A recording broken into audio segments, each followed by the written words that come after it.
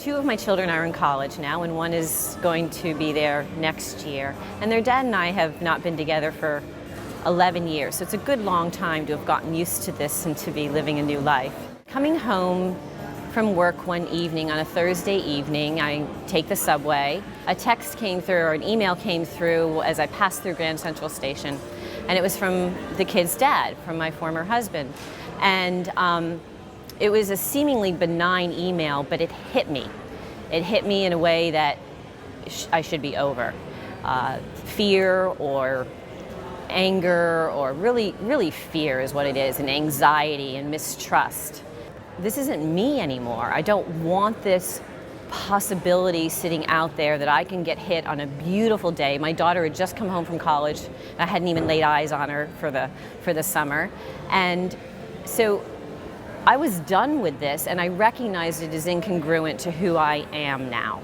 One friend said, just send John gratitude for allowing the two of you to have the children together. That's it. Just spend the day saying thank you to him. So I spent that whole Friday just saying thank you. I didn't have to like him. I didn't have to have a particular outcome that I wanted. I just said thank you.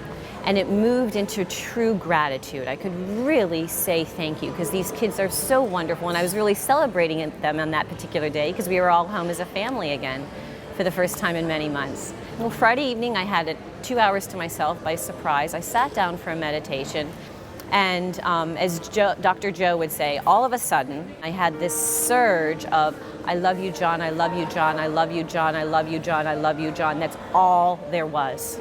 There was nothing else. And I could not have created that. That wasn't in my mind to do. It was pure, clear energy, and it was as real. I've told friends that I may as well have won the lottery. It was as, the possibility of that happening was the same as winning the lottery. And to this moment, months and months later, that's all I have when I think of him, is pure love.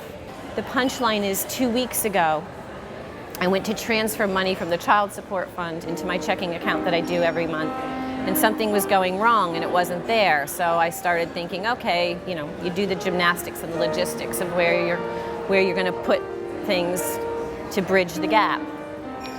Then I went into another branch and they said, oh no, it was a mistake, and they put the money in. 2 hours later, John sent me an email and said, I've done this and this and this and this and this about the college costs, and I've sent you a check for what I owe you.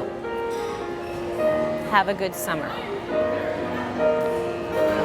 So something changed. He doesn't know, and I don't know that we'll ever speak, and that's fine. But my being's different, and somehow it seems to have impacted him, and I'm sure it's impacted my children.